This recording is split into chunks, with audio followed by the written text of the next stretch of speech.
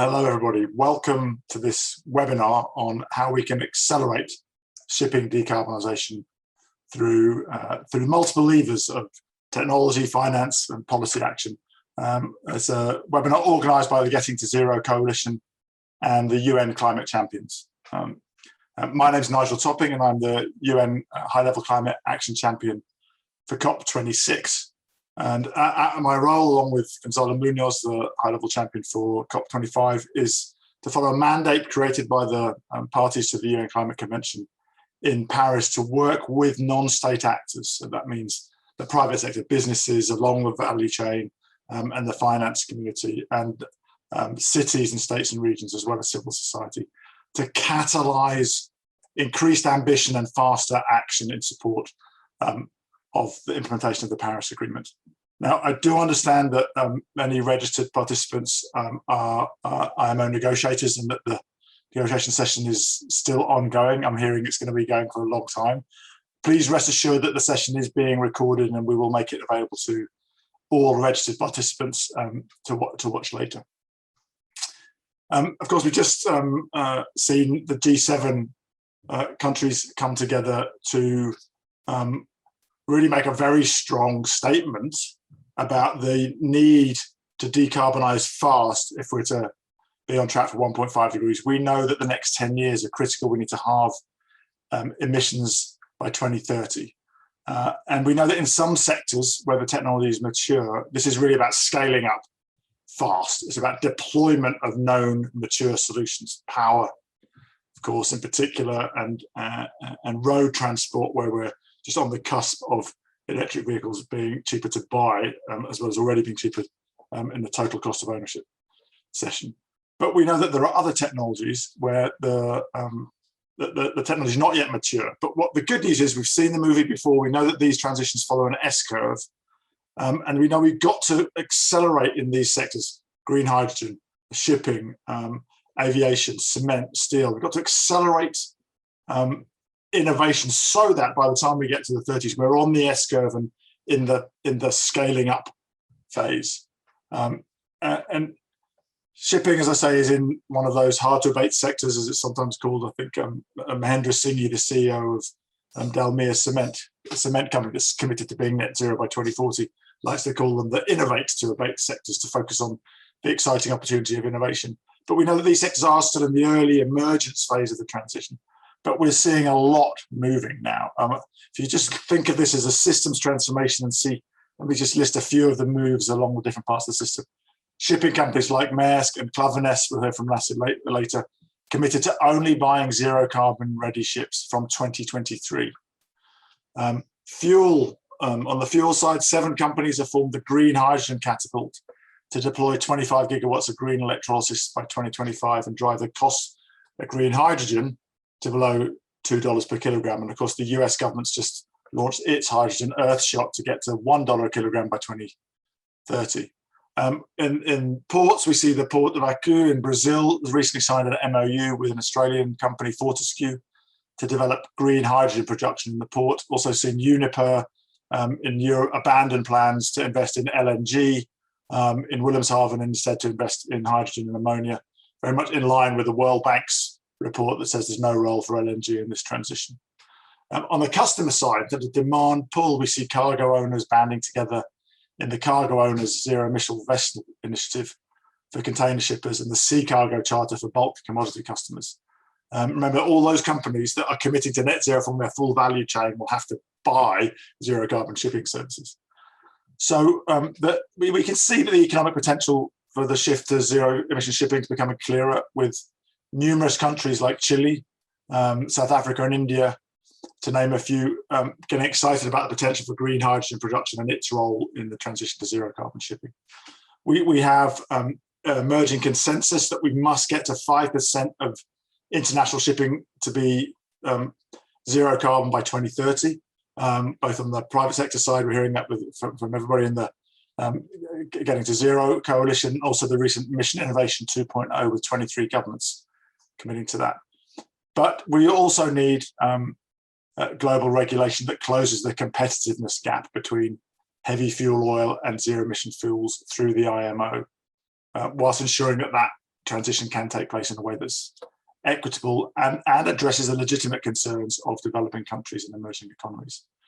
So the great news is we're hearing a growing number of voices from industry and government calling for the IMO to increase its ambition and put in place market-based measures as soon as possible and match the ambition of these other coalitions. Most recently, Antonio Guterres, at the launch of the Mission Innovation Shipping Mission last week, said zero-emission ships must become the competitive choice by 2030, and that we need credible market-based measures to get there.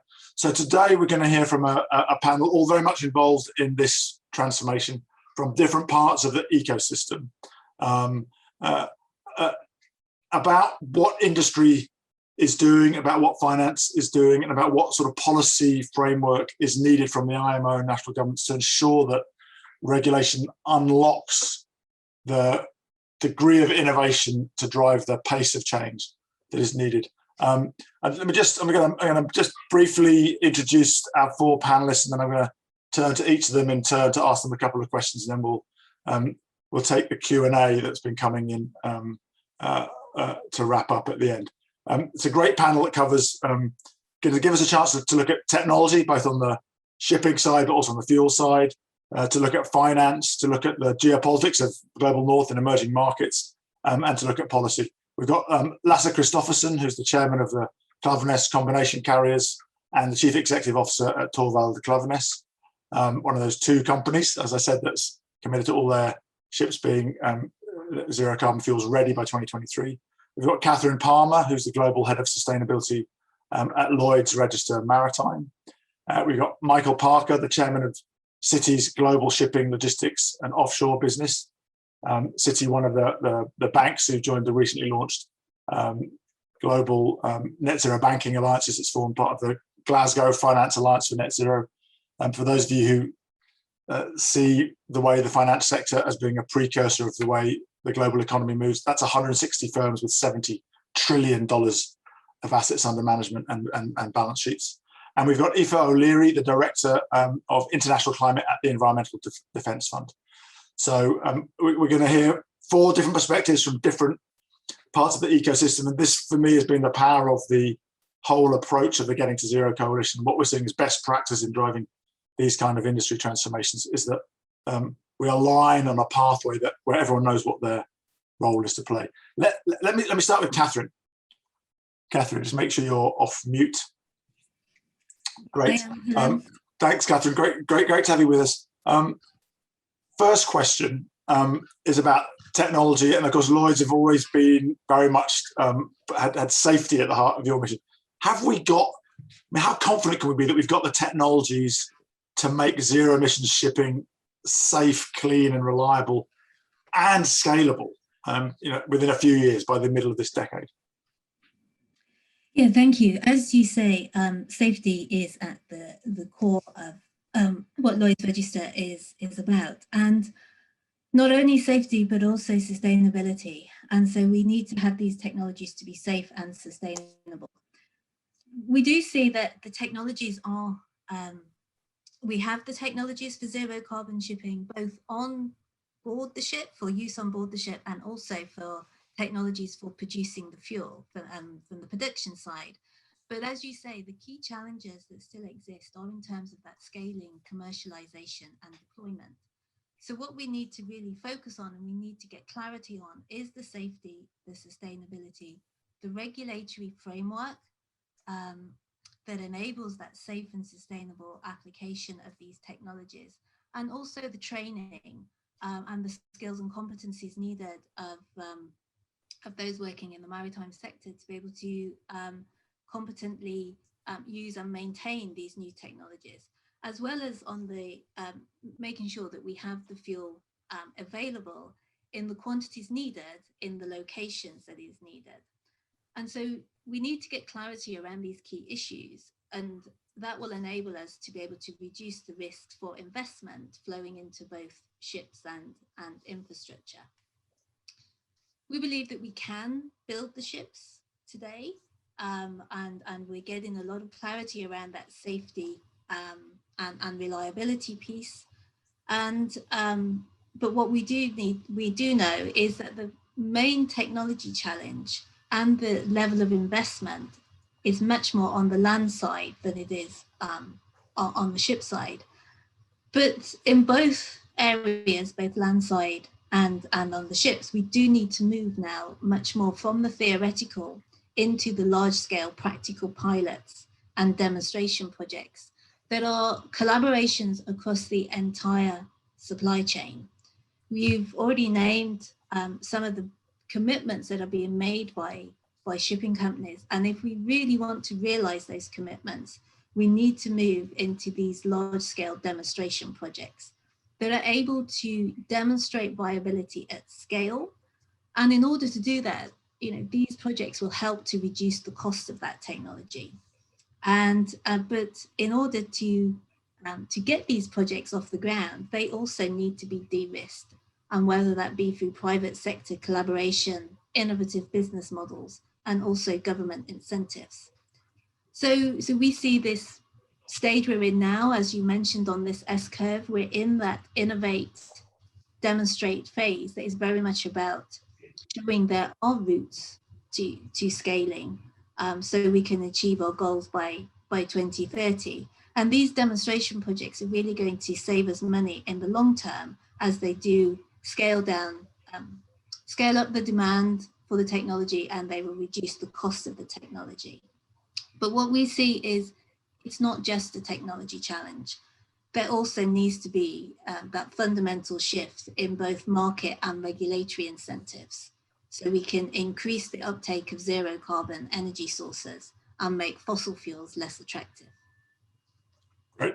Thanks, Katherine. So you talked about the need for collaboration and policy moves, but also this is going to require a lot of investment in on both land side and ship side. So let me turn now to Michael from Citi.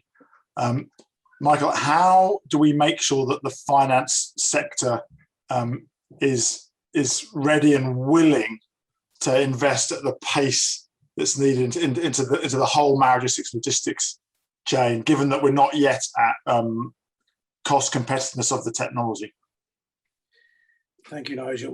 Well, I think as we've seen in the last 18 months with COVID, and then more recently with the temporary blockage of the Suez Canal, I think the concept of logistics and supply chains is now much more broadly understood worldwide, and the importance of shipping as an industry in the global supply chain, and shipping really is at the core of that supply chain. So what we've seen, and you mentioned yourself the Net Zero Banking Alliance, I think what we've seen is the financial sector, both banks, insurers, and of course investors and asset managers come together in those alliances really to say, look, we're willing to invest, we're willing to lend, but we've got to have standards, we've got to have common definitions, we've got to understand what has to be a much more short way of measuring progress.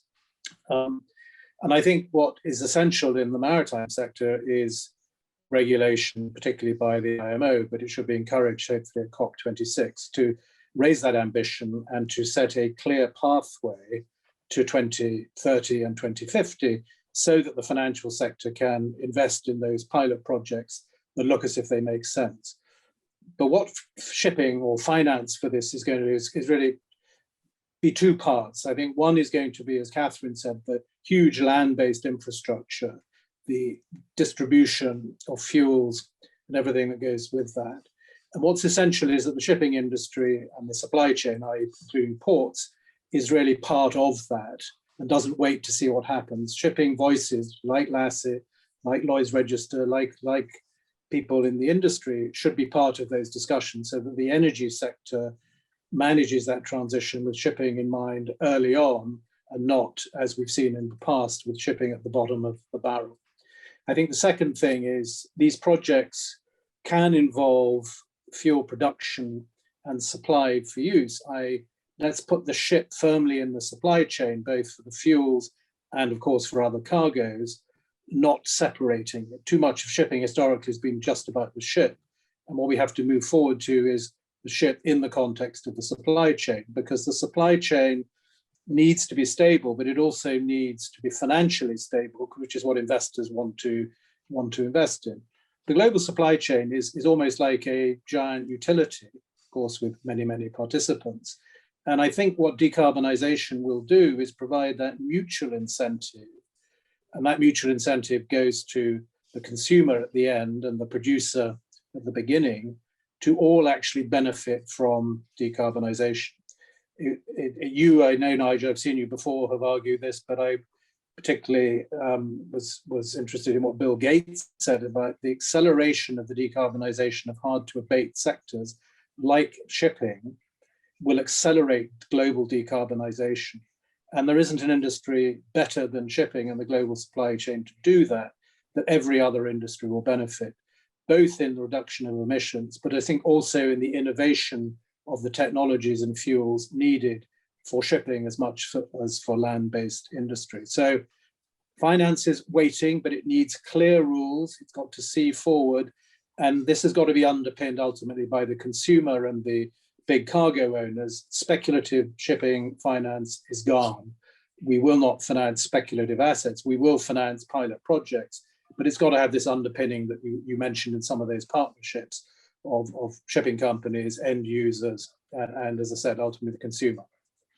What's the key thing from policymakers in this decade? Is it changing regulations, or is it investing it themselves in those demonstration projects to take some of the first risk away before the costs come down?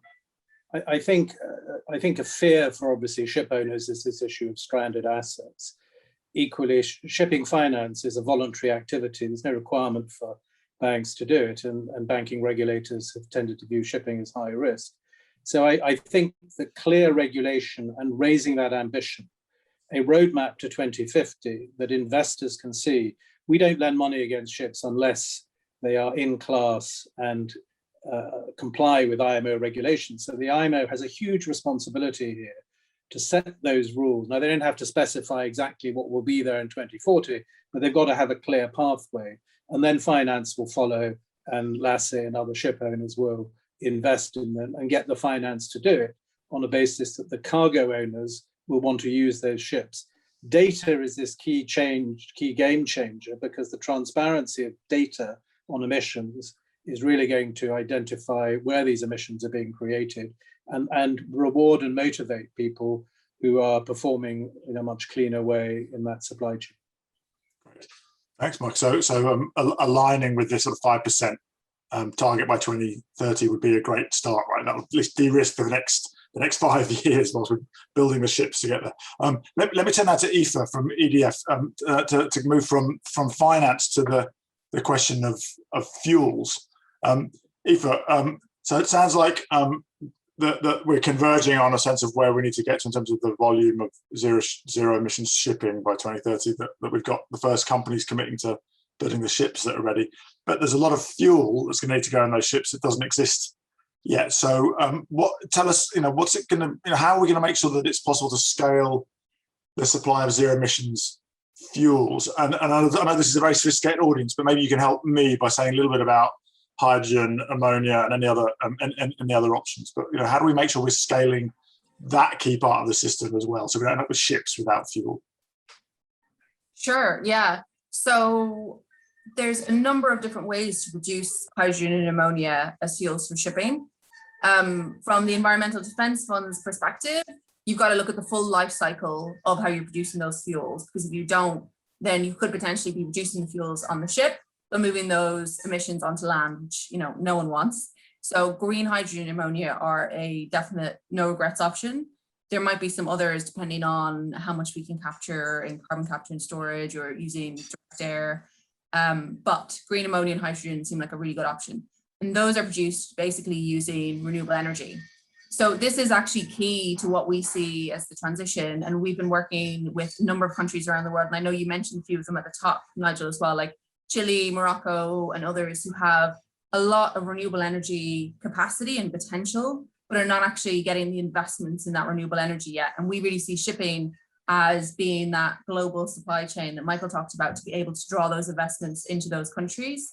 we will need some kind of global mechanism to do that, like a carbon price, for example. If you put a price on the emissions, you can spend that money ensuring that you get the fuels that you need, because it is going to be expensive.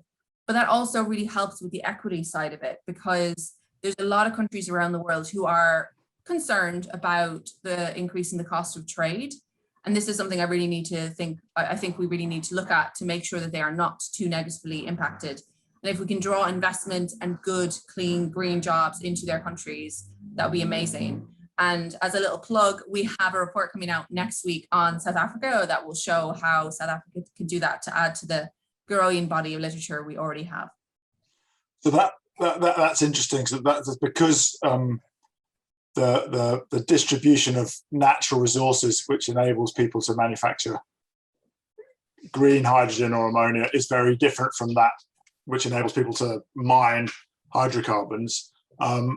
There's both an opportunity for many emerging markets, as you say, Morocco, Chile, South Africa.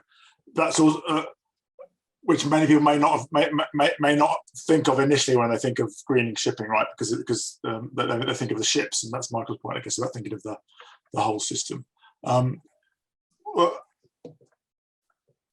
Does anybody think about the potential negative impacts on current hydrocarbon, those countries who are currently dependent on oil, who are going to have to transition away from that? I mean, that's also going to be part of the equation, right? Yeah, I think that's true. I guess there's a question there about looking at their economies and whether they can also produce some of this fuel. So some of the countries I think about that produce some of the most amounts of fossil fuels today have amazing renewable energy potential as well. So yeah, Australia would be the poster child for that, right? Oh, exactly, yes. And that's something we're really interested in. Can you use, or what policies could you use to ensure that Australia maximizes that production, and potentially also then subsidizes for Pacific Island states or somewhere like that that don't have a lot of capacity, but really we need to ensure they're not left behind, and they have very specific needs. So I think there's quite a lot of thinking going on around it, and it's all getting fed into the International Maritime Organization, and hopefully a lot of that will be picked up, but it's really up to the member states there. You know, if they want to be ambitious, this can be done in terms of the policy tomorrow, and then we'll be able to see the impacts within a year or two. And really that's the pace we need to be moving at, right? Because I mean, you know, Nigel, we're in a climate crisis and we can't be waiting for 5-10 years to get this right. We really need to do it now. And I think what I'm also seeing in other sectors is that there comes a point when the whole sector kind of starts to take up. This is happening in steel now. So people who are building green steel facilities now are selling their production 5 years ahead at a premium, right? Because everyone's becoming aware that we're going in that direction. And obviously there's sometimes quite a long lead time between decisions and investments. Great. Thank you. I'm going to thank you, Aoife. I'm going to turn now to Lasse, actually running ships. But Lasse, I want to hear, this is a really interesting time because we're starting to hear in multiple sectors, and yours is one of them, companies actually calling for policies which will, at least initially, increase the cost of doing business. This is not something that you normally expect to hear from business. So tell us, from the corporate perspective, why are you advocating for the introduction of meaningful market-based measures? And what do you see as the urgency? And what will happen if that urgency isn't met with the appropriate measures? I mean, let me start with the task at hand, and that is to get to net zero in 2050. And then it's just a question of when we as an industry realize and the regulators realize we are not the ones to decide. Society decides the pathway for decarbonization, and that will be zero emissions by 2050 at latest. So this is the window we have to regulate our business where it makes no damage at all. The whole world fleet will be replaced over the next 30 years anyway. Probably a ship lives between 20, maybe 25 years.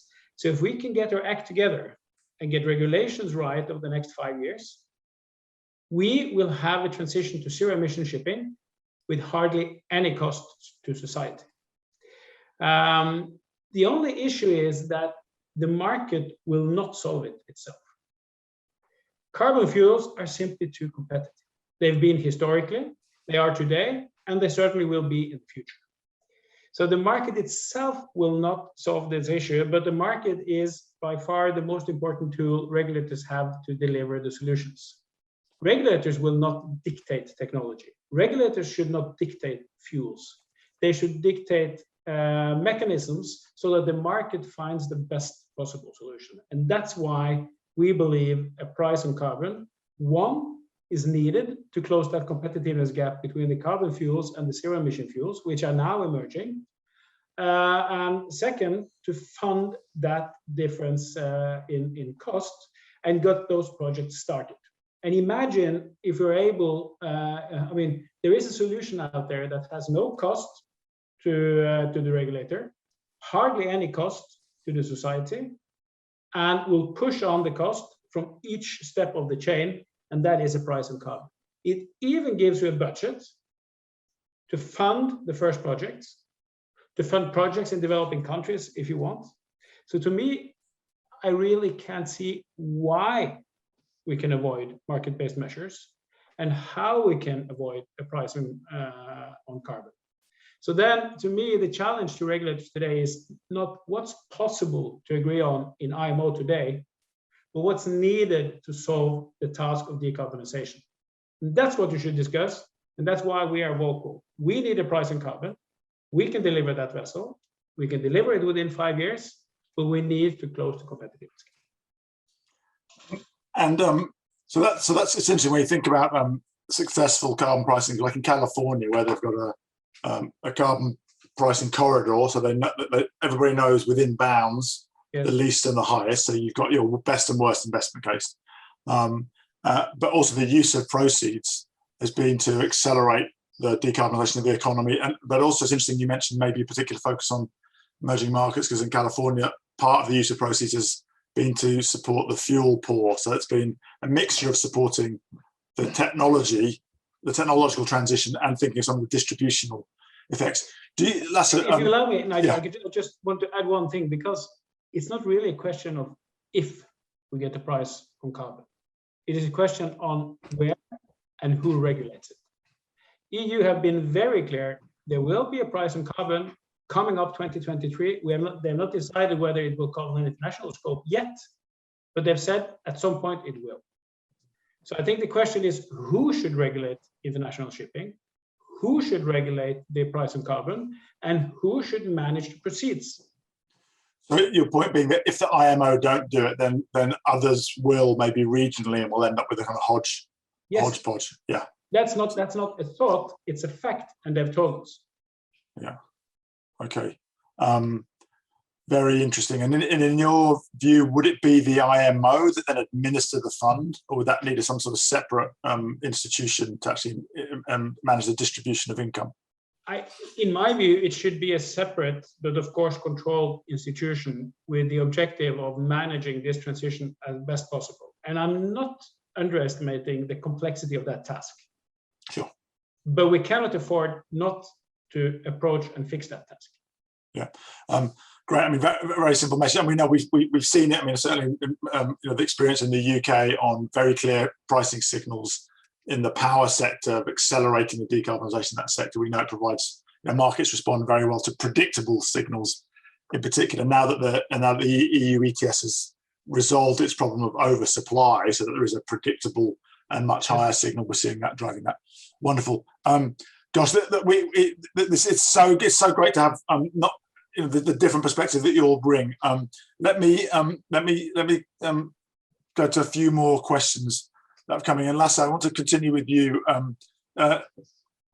Thinking about the beneficial cargo owners, what sort of signals do you need from them as customers that will, let's assume there's a price signal being put in place, right? But in addition to that, what signals do you need from customers to give the rest of the supply chain confidence to make the investments, but in both fuel and vehicles and infrastructure, especially in these early years when the costs are still higher? I mean, and this is of course a challenge and the chicken and the egg situation, but let me rather try to address it with an example.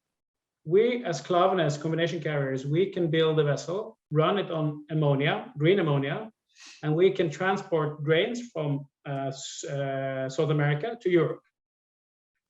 The price increase for the bread brought in Europe for that zero emission freight is ½ cent. So the problem is not the cost to the consumer. The problem is not the willingness of the consumer to pay ½ cent, but is to create mechanisms that distribute that willingness down the value chain. Because if our charterer, who are basically owning the grain, use the zero emission fuel, they will have twice or maybe 3 times the cost of freight. So they will be out of business. So you need these mechanisms to pass this on to the end consumer. Our customers are now really for the first time starting to talk about how they can decarbonize their total supply chain.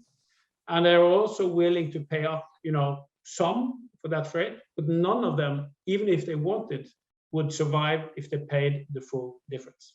But of course, no one's suggesting they pay the full difference, because if we're talking about a small number of routes by 2030, and the cost keeps coming down, so it's a question of managing that process over time, right? I guess.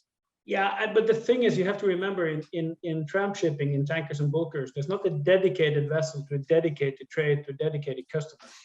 This is a whole chain of different players.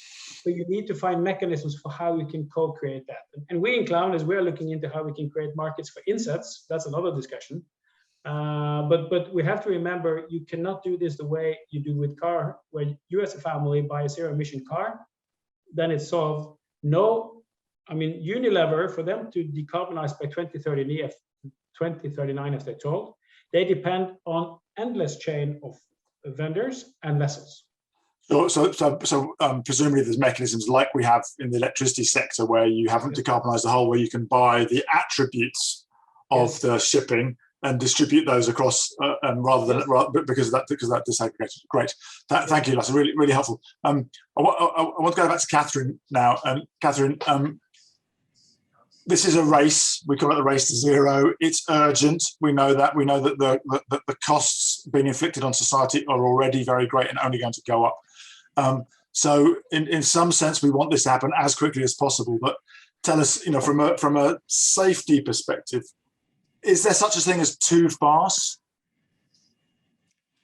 Well, I don't think at the moment we're considering anything to be too fast in terms of what we are saying is we need to start earlier, because if we leave things too late, then we'll have less time to address the challenges that we're seeing. So that's why we need to start early. And there are, hundreds of projects now, and Lloyd's Register is involved in many significant kind of flagship projects across the whole supply chain that is looking at safety. Because it is imperative that that the zero carbon fuels we're going to be using in the future are safe. So we need to have that work starting now, so we can understand where the risks are, and we can start to put in mitigation measures into the design of whether it be ship-shore interface around bunkering, or whether it be on the ship itself. All this needs to be considered across the supply chain. So safety is at the core of a lot of the demonstration projects that are being undertaken at the moment. And then the key thing is, we talk a lot about policy and how that policy needs to remedy this missing market for zero carbon fuels, but we also need the regulatory frameworks around safety. And so they are things that need to happen as well from a regulatory perspective, and we need to get those standards set and share best practice from the demonstration project, so we can set the safety standards that are needed for these zero carbon fuels. Katherine, can you help me, as a non-expert like me? I mean, it seems like hydrogen is produced and moved around the world now. Ammonia is produced and moved around the world now. What are maybe a couple of lines? What are the particular safety challenges that are innovation? I mean, obviously there's a deployment challenge because we're talking about a massive scale up. But what are the innovation challenges, particularly around the safety of these fuels? Yeah, well, I'm not the expert within my organisation on this, and there are teams of people working on these projects. but what I understand to be the key, yes, we've got experience of carrying ammonia in bulk as a cargo, but I think the difference is using ammonia as a fuel in a confined engine room space. And so there's a lot around leak detection, venting, and these kind of systems that need to be put in place. Right. And I mean, that seems to me as, sorry. We can take experience from carrying it as a cargo and use that experience, but it's about deployment in a slightly different application and understanding safety risks associated with that. Great. And Michael, presumably in terms of financing, then getting the safety standards right is also crucial, because I guess we were thinking, at least I was thinking when you were talking more about financing the new infrastructure and the new ships, but of course there's a huge role that insurance plays, and if we don't get safety right, then things will not be insurable, or at least not cost effectively, right? Yes, and I think, I mean, in a way, regulation, particularly around safety, has to come first, but of course finance will work with that. And I think what's key here, I mean, as Lasse said, clearly there are certain shipping trades where, you know, there are multiple clients, if you like, and multiple destinations, but there are some core participants, particularly from the energy sector, who were really why shipping finance came into existence about 70 years ago with time charters to move crude oil around. We've since seen the huge development of the container sector, but there again, the end consumer, as Lasse pointed out in his trade around a loaf of bread, in the consumer sector, the additional price of decarbonisation is nothing. And I think what finance needs is to see those market-based measures so it can see how the competitiveness gap can be closed. And as you highlighted in the UK offshore wind sector, how that can be narrowed to the point that zero emission fuels and vessels become the norm and the preferred route. I think, as Lasse also said, you know, the world fleet is going to be renewed in the space of 30 years. That's a huge opportunity for the shipbuilding nations. And a lot of finance involves the export credit agencies of those countries. And so they will be closely involved. And hopefully those countries through the IMO will also support the acceleration, if you like, of those initiatives. Great. Thank you, Michael. I've just got one last question, Aoife, for you about, you know, you talked about the new fuels that we need and the need to scale them up. Any thoughts about the kind of the funds collected through the market-based measures kind of scheme that Lasse talked about, how to make sure, again, Lasse was saying we need a new mechanism, but what might be some of the guiding principles for making sure that those funds are allocated in the most appropriate way to both fuels and infrastructure? Well, I think equity is going to be a key of it, because I agree with Lasse that we want a separate fund, but ultimately linked back to the IMO. You don't want all of these decisions going through the IMO day to day, you'll never get anywhere. But so we've got to make sure it's established to leave no country behind. So I think there'll be something there about general compensation, also to ensure that short sea shipping that is so important for passengers and goods in small island configurations will also move forward. But then other than, I agree with Lasse that, you know, really we shouldn't be deciding on the fuel. I mean, as an environmental NGO, I obviously have particular ideas about what I think it should be. But if we have the right guidance from life cycle guidelines agreed in the IMO, then the carbon price and the market should then follow. Because if we are saying to ship owners and also fuel providers, well, you know, look, you can provide brown hydrogen or brown ammonia or whatever it is, it's just you're still going to be paying for all of that carbon. I think pretty quickly the market will go where it needs to go, which is probably going to be the green. So I think, yeah, it's about ensuring we look at equity and the full life cycle of the fuels for any carbon price. Great, thank you, Aoife. I'm really sorry. We're out of time already, so let me just thank Aoife, Katherine, Lasse, and Michael. A fascinating conversation. Just leave you with a few reflections.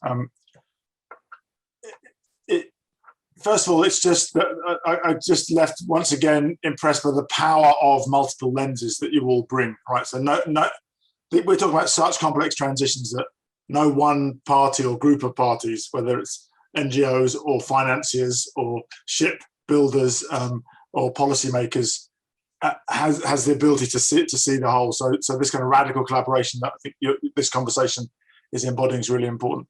You know, as the climate champions of that, given our UN mandate, our main objective is to mobilise increased ambition from non-state actors.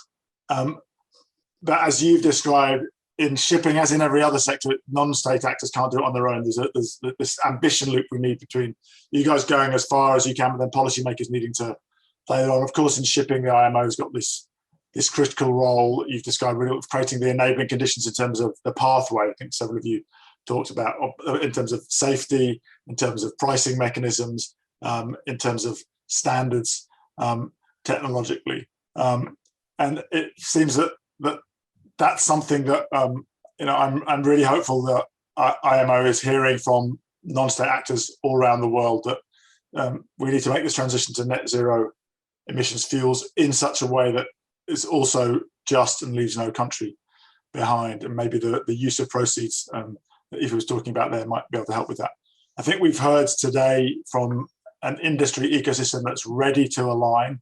I mean, Lasse would put it even stronger, that knows that it has to align because it is a scientific driven and society's demanding it, with the Paris objectives of getting to zero as quickly as possible, but by 2050 at the latest. But that there's a crucial role for policymakers along with that ecosystems doing everything that it can. We all know that the eyes of the world are really going to be on Glasgow in November for COP26. And although international shipping is not covered by the UNFCCC, it's part of the conversation, because we're trying to get to zero and we can't get to zero unless everybody gets to zero. So we're certainly looking forward to seeing the shipping ecosystem being at Glasgow, showing substantial progress, and hopefully hearing more from the IMO on the discussions on midterm measures being started as soon as possible, and that this gathering MEPC 76. I don't know whether you call it MEPC 76 or MEPC 76. You've probably got an industry standard way of saying it. It's critical as the last big meeting before COP in terms of setting the tone.